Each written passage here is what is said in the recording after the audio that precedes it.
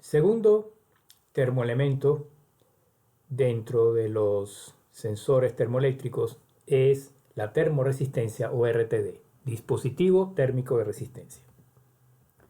Su principio de funcionamiento se basa en la misma ecuación que se utilizó en el capítulo de presión para explicar el funcionamiento de las celdas de carga o galgas extensiométricas que constituían un hilo muy fino enrollado dentro de un encapsulado al cual se le sometía una determinada fuerza o presión o peso. Con ello se deformaba el hilo, cambiaba la longitud y el área y con eso cambiaba la resistencia y mediante un circuito eléctrico tipo puente de Wheatstone se podía medir la resistencia y por lo tanto de ahí deducir el peso. La ecuación aquí es la misma puesto que se usa también un hilo metálico muy fino y la resistencia de ese hilo viene dada por ρ, que es el coeficiente de resistividad, longitud dividido entre el área. Pero al variar la temperatura de esas tres cantidades, la que realmente varía apreciablemente es ρ y se tiene una relación en un principio lineal entre ρ, dependiente de la temperatura, y el delta T que se aplica. La ecuación es la siguiente: ρ a una determinada temperatura es igual a ρ sub 0 a la temperatura de referencia, que veremos que para el caso de las termoresistencias industriales es 0 grados, por 1 más alfa, que es el coeficiente térmico de resistencia, expresado en grados centígrados a la menos 1, por delta T. Para el caso del platino en particular, que es el material más comúnmente usado en las termoresistencias, se aplica una ecuación mucho más exacta, donde no solamente está el término lineal, sino que hay también dos términos o tres no lineales. La ecuación Callendar-Van Dusen, donde RT es la resistencia a la temperatura que se está midiendo, R0 la resistencia a la temperatura de referencia, que para el platino es 0 grados, y luego las constantes A, B y C. Para el caso que la temperatura sea mayor de 0 grados, es decir, positiva, la constante C se anula y la ecuación queda en una ecuación de segundo orden que se puede resolver fácilmente con el resultado expresado en la parte inferior de la página. Para la fabricación de RTD se utilizan distintos materiales, siendo el platino el más común, pero también níquel-cobre, tungsteno y balco, que es una aleación hierro-níquel.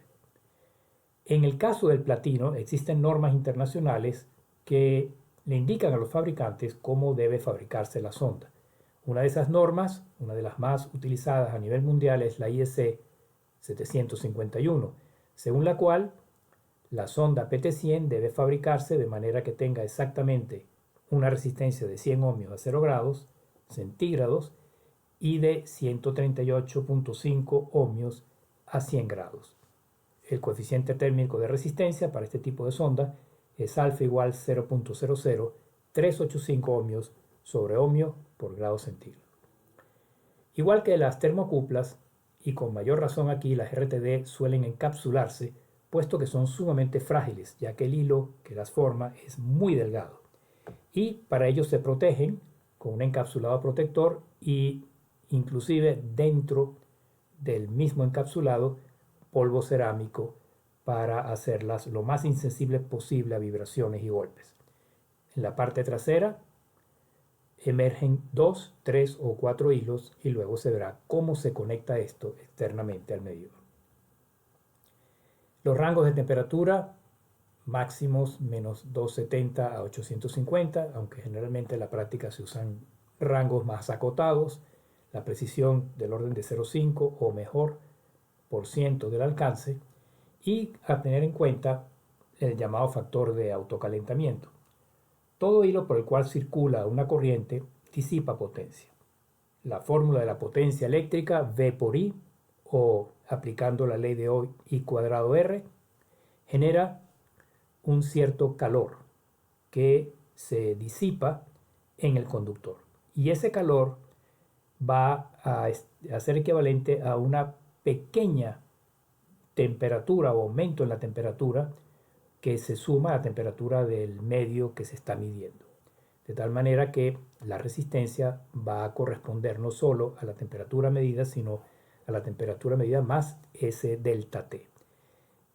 Teniendo en cuenta el llamado factor de autocalentamiento S, se puede compensar ese error de medición en la ecuación contemplando ese delta T producido por el autocalentamiento igual a potencia disipada por S, donde la potencia disipada se calcula según la fórmula I cuadrado por R, ambos conocidos o medidos en el proceso. Tres curvas comparativas de tres termoresistencias, la de platino, que es la más común, la de Balco, que es la aleación hierro-níquel, y la de níquel, siendo la del platino la menos sensible, pues es la curva con menos pendiente, pero al mismo tiempo la más lineal y la más utilizada. A la izquierda el termistor, que es el siguiente elemento termoeléctrico que será estudiado en el próximo audiovisual, que tiene características totalmente distintas en cuanto a relación resistencia-temperatura, pero que sigue siendo un elemento termoeléctrico. ¿Cómo se conecta la RTD? La manera más sencilla es la RTD de dos hilos, identificados aquí como R1 y R2. El transmisor inyecta una corriente por esos hilos, la corriente pasa a través de la resistencia que varía con la temperatura y eso genera un voltaje también variante con la temperatura.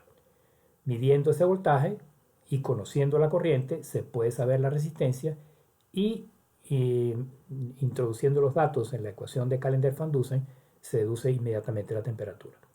El problema aquí está en que sobre todo si los cables son muy largos, su resistencia puede estar en el orden de 1 ohmio o tal vez un poco más, y como son dos cables conectados en serie con la resistencia, eso aumenta la resistencia del circuito en 2 o más ohmios.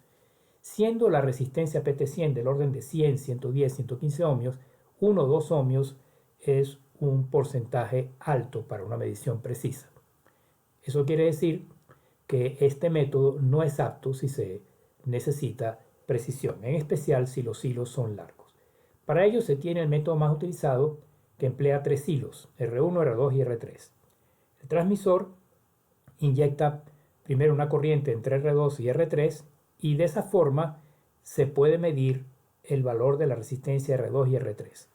Después se inyecta una corriente entre R1 y R2 y ahí se mide la resistencia R1 más RE más R2. Si las resistencias se asume que son iguales, lo cual es lógico suponerlo ya que la longitud de los hilos es muy aproximadamente la misma, el material con que están hechos también y su sección transversal, entonces se pueden restar las dos mediciones y como R1 se supone igual a R2 igual a R3, se cancelan en el proceso de restas, como se observa aquí en las ecuaciones, y por lo tanto la resistencia medida va a ser ya directamente RE, que es la resistencia que en realidad desea medirse. Si se requiere aún más precisión, se pueden usar 4 hilos.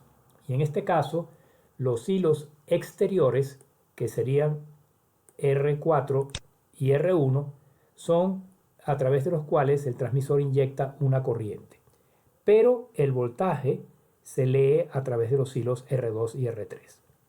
Entonces, como el medidor de voltaje conectado a R2 y R3 está en serie con la resistencia de los hilos R2 y R3 y tiene una impedancia sumamente alta, como toda impedancia de entrada de un voltímetro, la resistencia de los hilos R2 y R3 se cancela prácticamente por completo y también de esa forma se tiene una medida directa de RE, que es la resistencia de la RTD, que es la que realmente se desea medir. Para hacer la medición se coloca la RTD, como indica aquí en el diagrama, en un puente de Wheatstone y con el potenciómetro y su brazo se calibra de tal manera que la corriente del galvanómetro sea igual a 0.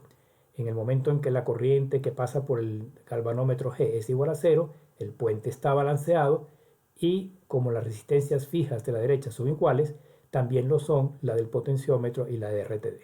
Si se conoce la del potenciómetro, la de la RTD será igual y yendo a la fórmula se deduce la temperatura. Esto en caso de hacerlo manualmente. Hoy en día todo esto se hace electrónicamente por el transmisor, PLC o instrumento al cual se esté conectando la RTD. Físicamente estos son fotos de algunas RTD comerciales. Tienen un tamaño relativamente pequeño. Estas dos en particular no están especialmente encapsuladas y protegidas, generalmente vienen también con una protección más fuerte. Bien, con esto finalizamos la parte correspondiente a la termoresistencia y en el próximo video se va a ver el tercero y último termómetro que se basa en principios termoeléctricos, que es el llamado termistor.